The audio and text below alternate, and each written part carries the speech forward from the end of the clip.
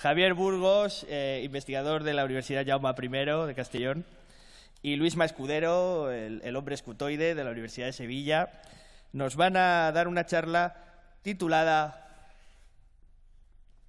Ciencia ochentera, en Naucas se estrena. Hay una cola que te da, pero ven con quien quieras. Ciencia ochentera, en Naucas se estrena. Súbete el cubata, que salimos a escena tú y yo. Ciencia ochentera, en Naucas se estrena, era.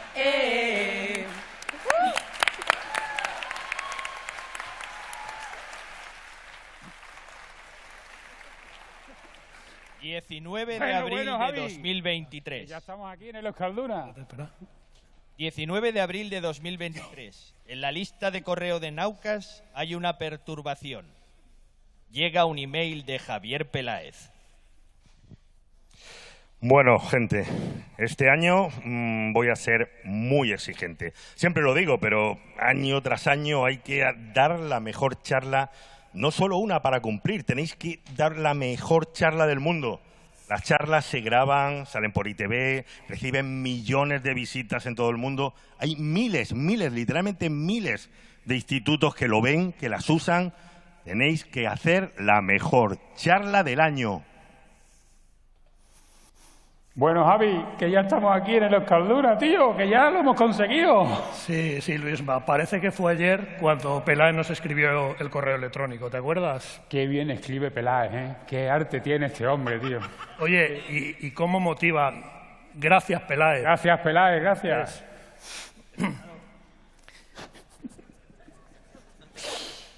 No podemos decir de que iba al correo porque es confidencial. Sí, no podemos contar nada.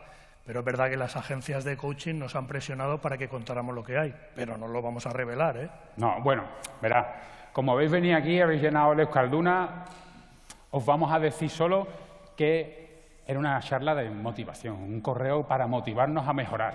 Sí, conocéis a Peláez, sabéis que nos mostró el camino para hacer una buena charla. Era un decálogo, pero el tío escribe también que lo dejó en 5 puntos.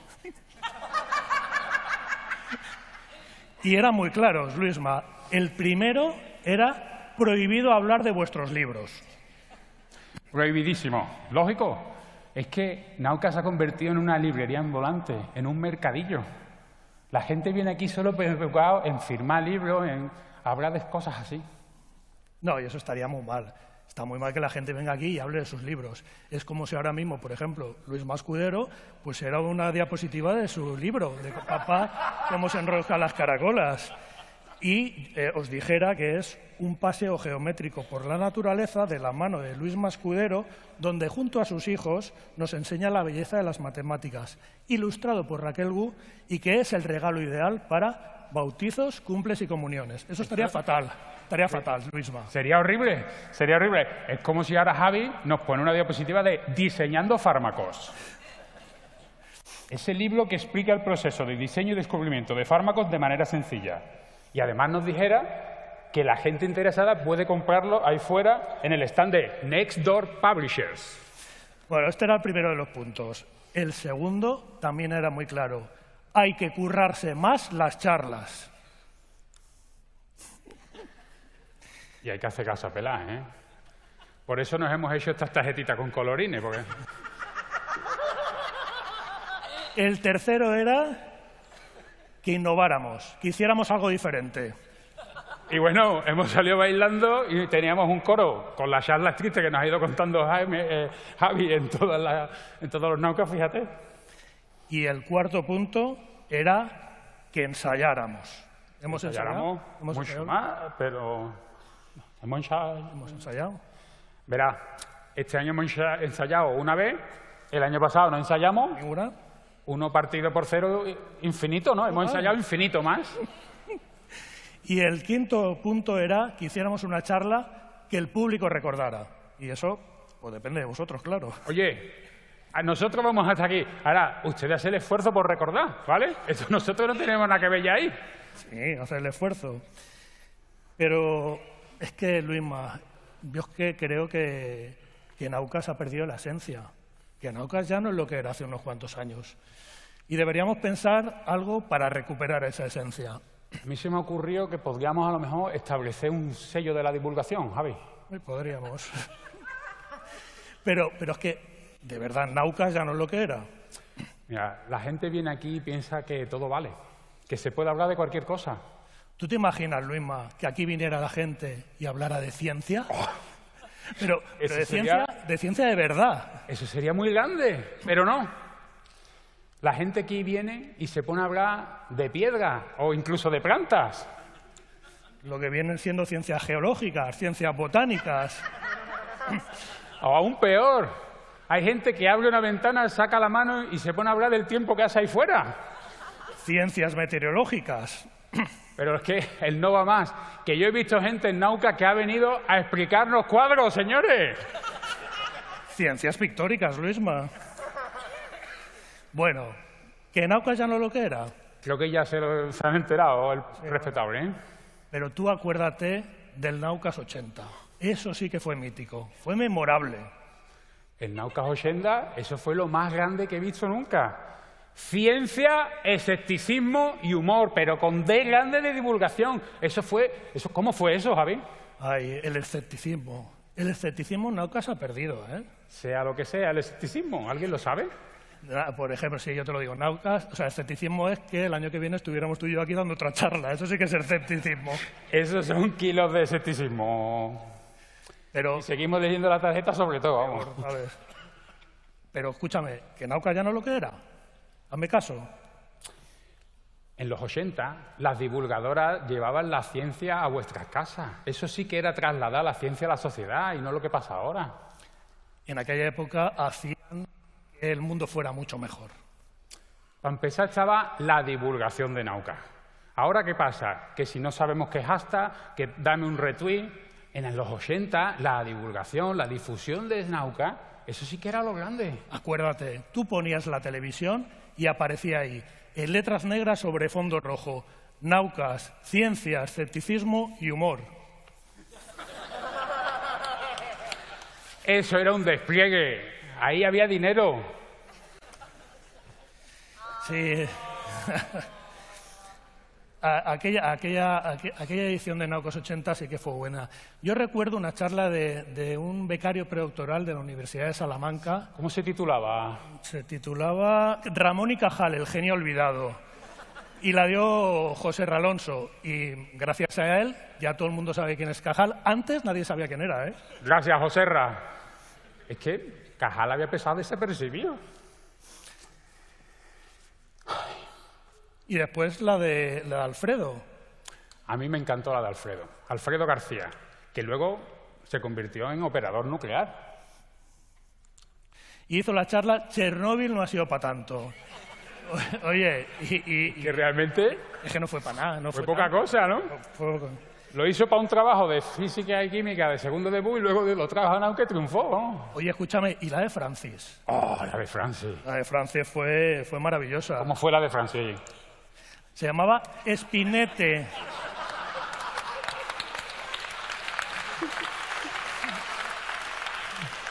Un nuevo concepto físico fácil de comprender. Spin, Qué bien traído. Esa vez todo el mundo entendió ¿Todos? Lo que era el spin. ¿Todos? Ahora, te digo una cosa, que veníamos de GB, con lo cual tampoco tiene tanto mérito. Bueno, y también ten en cuenta que en los 80 Francis ya era profesor titular, ¿eh? Y tenía 6 sexenios ya, ¿eh?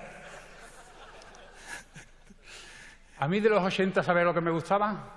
La paridad. Oh, la paridad. En los 80 había paridad. Así de paridad. ¿Cómo había kilos de paridad? Acuérdate, la charla que dio Laura Morán, ¿cómo se pone un preservativo? Lo hizo para su trabajo de religión de sexto de GB y estuvo fenomenal, ¿eh? Cogió un tema de actualidad y lo puso en Nauca. Pero además os digo que yo vi, había un montón de divulgadores cogiendo notas ahí, ¿eh? Y alguno concreto, ¿eh? Sí. Pero lo que más molaba en Naucas 80 es que se hablaba de ciencia de verdad. De matemáticas. De matemáticas. Como la charla de Clara Grima. Clara se fue de excursión a Roma de fin de curso y cuando vino hizo esta charla. ¿Cómo molan los números romanos? Es que Clara no pierde el viaje, ¿eh? a partir de aquel momento, en todos los colegios de España empezaron a enseñar los números romanos. Y, palito, palito, la X, Oye, Luisma, que despliegue. ¿y las charlas de nutrición de los 80? En los 80 hasta las salas de nutrición eran buenas. Acuérdate de la de Gema. La vitamina C de naranjito. Qué bien traído, macho. Sublime. Fue grandiosa. En fin. Luisma, que llevamos aquí Ya llevamos 10 minutos y 10 minutos. no hemos empezado la charla todavía. Y recordad que tiene que ser memorable. Es decir, Pero que eso depende de vosotros, ¿eh? tenéis que acordar, memorable es que os tenéis Nosotros que acordar. aquí, ustedes hacen el esfuerzo por recordarla, ¿vale? Nosotros hemos hecho nuestro esfuerzo, ¿verdad, Javi? Hombre, claro. De hecho, lo que hemos hecho ha sido analizar las charlas históricas y también las otras, Todas. todas, para saber lo que es Naucas. Y hemos llegado a una conclusión. Aparte de que ahora somos las dos personas que conocen AUCA mejor, Sí. hemos encontrado un patrón.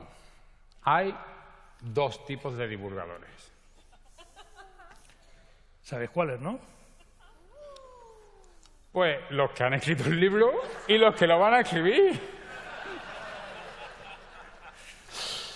Javi, te voy a decir una cosa. La divulgación de los 80 era maravillosa. Maravillosa. Pero la ciencia de los 80 tenía su renqueaba un poco, ¿eh? Era regu, era regu.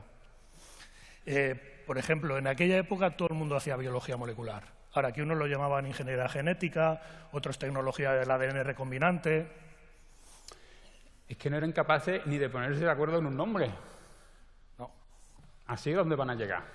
Pero además te digo, Javi, ¿qué nos ha dado la ciencia de los 80? Poca cosa, Bueno, ¿no? Sí, bueno, el primer diagnóstico de una enfermedad humana prenatal por técnicas de ADN. Bueno, sí. El primer diagnóstico de una enfermedad prenatal por técnica de ADN nos la ha dado la biología molecular de los 80, pero aparte de eso, El primer ratón transgénico. sí, el primer ratón transgénico y el diagnóstico prenatal, sí, nos la ha dado la ciencia de los 80, pero bueno, ya está, ¿no? Sí, bueno, y la insulina por tecnología de ADN recombinante es de los 80. La insulina, eso no tienes ni que mencionarlo, Javi. La insulina, por supuesto. Pero aparte de la insulina, el diagnóstico prenatal y el primer ratón transgénico, la ciencia de los 80 cortita. Bueno, la primera planta transgénica, la genética forense, la primera vacuna por ingeniería genética, el primer anticuerpo monoclonal terapéutico, las primeras máquinas de secuenciar ADN. Ya verán. Pero vamos a ver, que sí, que nos ha dado las primeras plantas transgénicas, la genética forense, las vacunas por ingeniería genética, también los anticuerpos monoclonales, sí, monoclonales, los primeros secuenciadores, que luego sí. Pero aparte de eso, ¿qué nos ha dado la biología molecular de los 80, Javi? Una forma de pensar. ¿Una forma de pensar? Anda que te folle un pez, hombre. Ciencias piscifactoriales, ¿eh? Pero escucha, Luisma, otra cosa que se puso de moda en los 80 y que todavía sigue de moda, ¿sabes cuál es? Ah, sí, claro que sí. Darle un beso a una empleada sin su consentimiento, ¿no? No, Luisma, no. Me refiero a la PCR. ¿Tú sabes lo que es la PCR?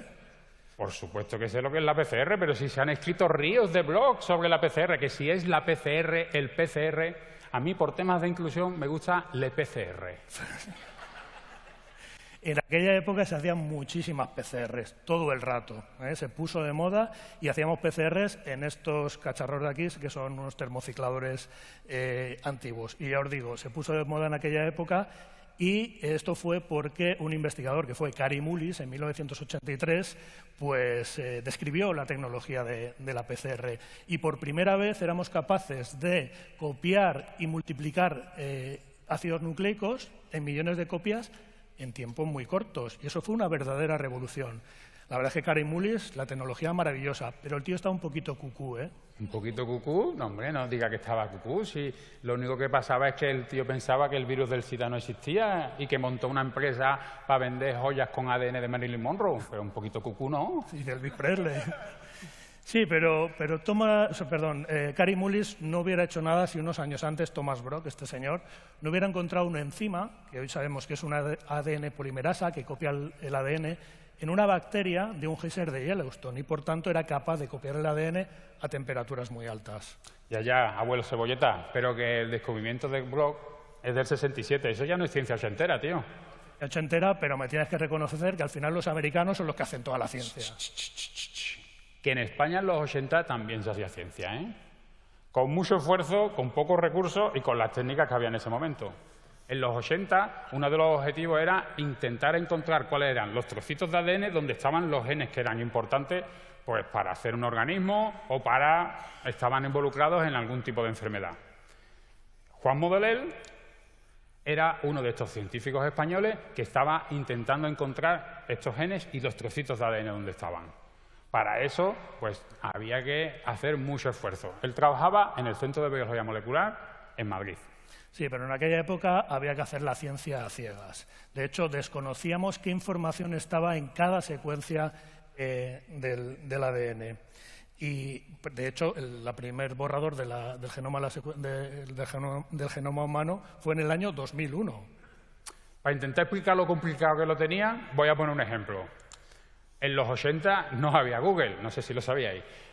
Lo más parecido a Google que teníamos era la enciclopedia Espasa-Calpe. Ahí tienes unos 120 tomos en los que tienes toda la información. Pues tienes 5 millones de citas, tienes 100.000 biografías. Si tú querías encontrar una, te tenías que ir a ese tomo y buscar por orden alfabético. Sí, vale, Luisma, pero es que resulta que nuestro genoma humano tiene 35 veces más información que el Espasa-Calpe.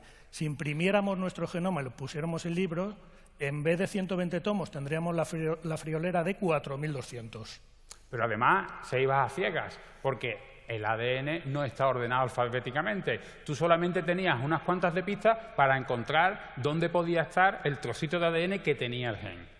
Juan Modolell, usando la mosca de la fruta como organismo modelo, consiguió encontrar una serie de genes que son muy importantes para el desarrollo del sistema nervioso en todos los animales. Vale, bien, es verdad. Los americanos y los españoles también hicimos ciencia. Pero si te has fijado, siempre los hombres. Que no, coño, Javi, que no. Que Juan trabajaba codo con un montón de mujeres, como Mar Ruiz Gómez, Pilar Cuba o Sonsoles Campuzano, que eran científicas buenísimas, que luego montaron sus laboratorios de muchísimo prestigio. Entre todos fueron las que encontraron esos genes. Oye, te tengo que dar la razón. De hecho, de aquella época es la bióloga más famosa de España y que además también trabajó, como Juan, en el Centro de Biología Molecular. Ya sé, ¿Quién, no? Ya sé quién te refieres. ¿Sí? Esta que es famosa internacionalmente, ¿no? Esa misma. La que rompió todas las fronteras, ¿no? La misma. Aquí la tenéis. No me refiero a Ana Obregón. Me refiero a esta otra, a Margarita Salas, que también trabajó muchos años en el Centro de Biología Molecular, como Juan, y que en su carrera científica una de las cosas muy importantes que hizo fue descubrir otra ADN polimerasa como la de Thomas Brock, pero esta vez en un fago, en un virus, en el Fi29, que es la que ella trabajaba. Y resulta que la polimerasa que ella encontró era mejor que la de Thomas Brock porque se equivocaba en 2 órdenes de magnitud menos. Margarita Salas, pionera innovando en España de los 80, ¿eh? Si al final verás tú que la ciencia de los 80 tampoco estaba tan mal, ¿eh? Pues no, al final tampoco estaba tan mal. De hecho, había menos burocracia. Había mucho menos burocracia. No había que hacer contrato. Éramos todos becarios. Y oye, y en el plan nacional daban millones y millones. Daban millones y millones de pesetas. Y en aquella época todo estaba por descubrir. Yo me acuerdo que en los 80 el cáncer solo se había curado 2 veces. Al final la ciencia ochentera sí que estuvo bien, ¿eh? Muy grande, ¿eh? Sí, fue muy grande, me acuerdo. Pero, Javi, ¿sí? En los 80 todavía no se habían descubierto unas cosas así que se retuercen así. Todavía no había escutoides en los 80. Bueno, la ventaja es que nadie daba la turra.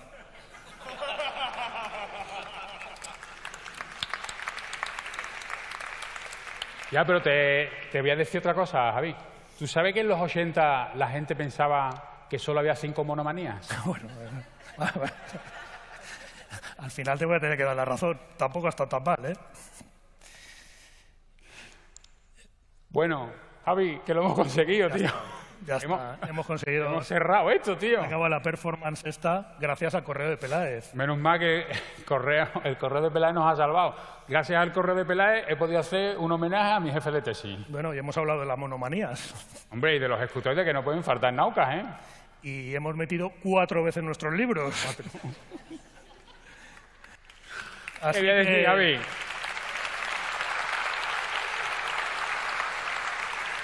Si es que al final va a ser verdad que Naucas ya no es lo que era, que aquí viene la gente a hablar de cualquier cosa, ¿eh? Muchas gracias, gente. Muchas gracias.